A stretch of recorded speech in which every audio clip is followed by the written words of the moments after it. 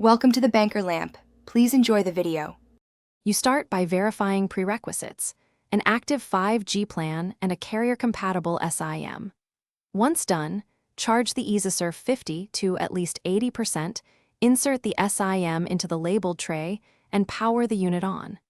Make sure you note the default SSID and admin password printed on the device.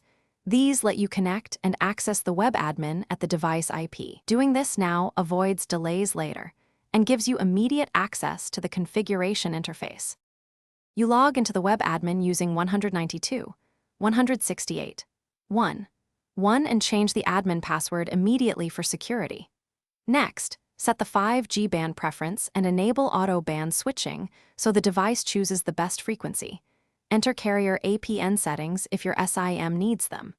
Then configure the Wi-Fi SSID and strong WPA3 or WPA2 passphrase, enable a guest network if desired, and choose a less congested channel. These steps improve performance. Finish by rebooting the Easysurf50 so all settings apply, then run speed tests in different rooms to establish a baseline. If speeds are low, adjust antenna orientation and relocate the unit higher or near a window for stronger signal, and always check for firmware updates that fix stability issues. If things go wrong, first verify SIM activation and APN settings, then try a factory reset and reconfigure. This clears corrupted profiles and often resolves persistent connectivity.